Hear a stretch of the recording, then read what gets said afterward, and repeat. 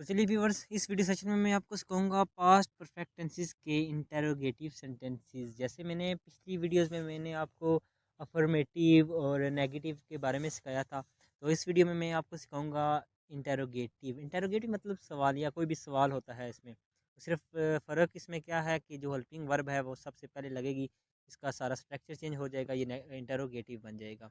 तो उसी तरह चुका था, चुके थे, चुकी थी, ये फिक्रे के आखिर में आ जाए तो आपने समझ जाना है कि पास्ट परफेक्ट टेंस का ही कोई सेंटेंस है।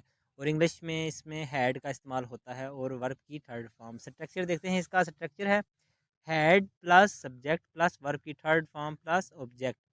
पहले आ गया इसकी एग्जांपल देखते हैं। Had I eaten food, had आ गया, आगे सब्जेक्ट आ गया आई, वर्ब की थर्ड फॉर्म ईटन और ऑब्जेक्ट आ गया फूड। मैं खाना खा चुका था। देखे ना, क्या मैं खाना खा चुका था, इसमें हैड आ गया, हैड पहले आ गया, तो मतलब कि ये सवालिया है, क्या मैं खाना खा चुका था। तो नेक्स्ट एग्जांपल है had he finish the work, क्या मैं, ओ सॉरी, इसमें एक मे की मिस्टेक हो गया, वो चले मेरी से मिस्टेक हो गई है। चलें फिर भी आप समझ लें, आपको भी समझ आ जानी चाहिए। ही फिनिश द वर्क, क्या वो काम ख़त्म कर चुका था।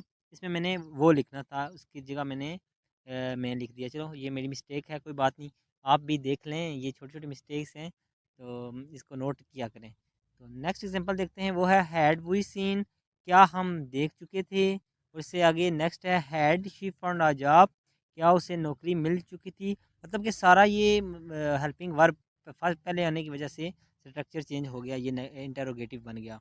तो लास्ट है had you cut the tree, क्या तुम दरख्त काट चुके थे। तो व्यूवर्स देखें, उम्मीद करता हूँ आपको ये समझ आ रही होगी।